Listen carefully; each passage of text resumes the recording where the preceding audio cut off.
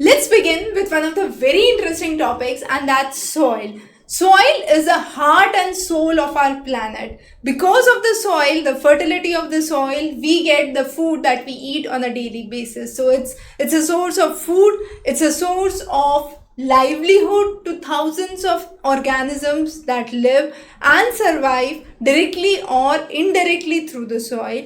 Then it actually protects the topsoil from the floods, because if you have a good binding of vegetation growth on the soil, then there are higher chances that the region would be protected from floods or droughts.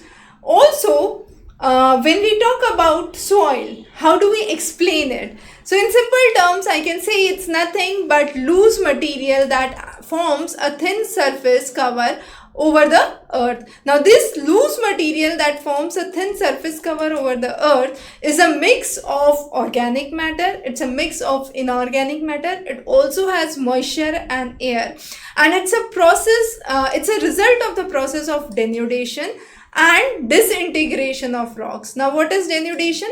Denudation is nothing but weathering plus erosion. When we say weathering, it's breaking of the rock material, and when we say erosion, what is that? It's moving away of that rock material or that particles from one place to another. Now this movement could be because of water, because of wind, because of tides, because of glaciers, because of underground action. So there can be various ways through which it moves. So this whole soil formation process, we can say, is a result of denudation and disintegration of rocks. Now 52%, if you look onto the statistics, 52% of the agricultural land is degraded in one form or the other, and it is believed that in the next 20 years to go, we would have 40% less food production that is expected for 9.3 million people. And why there is a 40% less food production? The reason is simple: the land getting degraded and you do not have good agriculture that can actually survive on it. Now, if the soil conditions are poor, what would happen? The nutritional value that a soil can give would decrease, and we have seen that there is 90% lesser nutrients which are present in the soil. Once the soil gets degraded, or we can say once the soil gets depleted, it cannot absorb the water, it cannot regulate the water flow, and what would happen ultimately? There would be a water crunch, a water scarcity. As a result, we have seen nearly 27,000 species have gone extinct, and the reason for the same is there has been water scarcity due to depletion of water, and this depletion of soil, and this depletion of the soil actually, once the soil is depleted, it cannot regulate the water flow, it cannot absorb the water. Also, some other interesting facts about soil, if you want to know: the carbon in the soil is 3 times more than the living plants and 2 times more than the atmosphere. So again, soil is an ultimate source for capturing the carbon. If the soil is not revitalized, nearly 850 billion tons of carbon dioxide would be released in the atmosphere. And understand, if that huge amount of carbon dioxide is released into the atmosphere, it would definitely lead to what is called as climate change. So there have been numerous movements to protect the soil in one form or the other. Save Our Soil movement is one such movement that has actually done pretty well. Now in this section, what we would understand is what is soil in brief.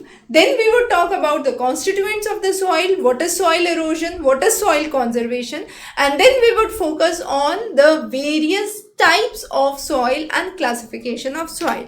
So to begin with, we already understood what is soil. So it's a loose material that forms a thin layer onto the surface of the earth, and it incorporates 4 components: primarily organic, inorganic, and in trace amounts the air and moisture is again important. Now what is organic? Organic Inorganic compound is basically the humus, the dead decaying organisms and animals and plants which are present over the time period. They convert into the most fertile layer, which is the topsoil, and this is the humus, and it indicates or it talks about the fertility of the soil, right? So when there is an erosion that's moving away of the topsoil, this humus gets removed and it takes thousands and thousands of years to form that very thin top fertile layer.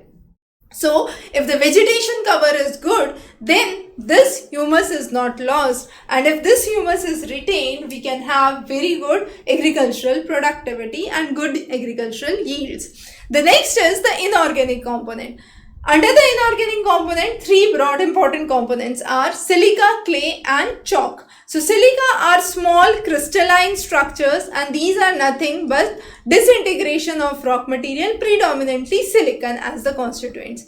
Clay is the silicate of, I can say, iron, calcium, sodium, potassium, aluminium, and the main idea of clay is to retain moisture. Higher the percentage of clay which is present in the soil, you have higher percentage of moisture retention that can be seen. Black soil is one such example. We would be discussing about each soil type as we move, so we'll discuss there in more detail.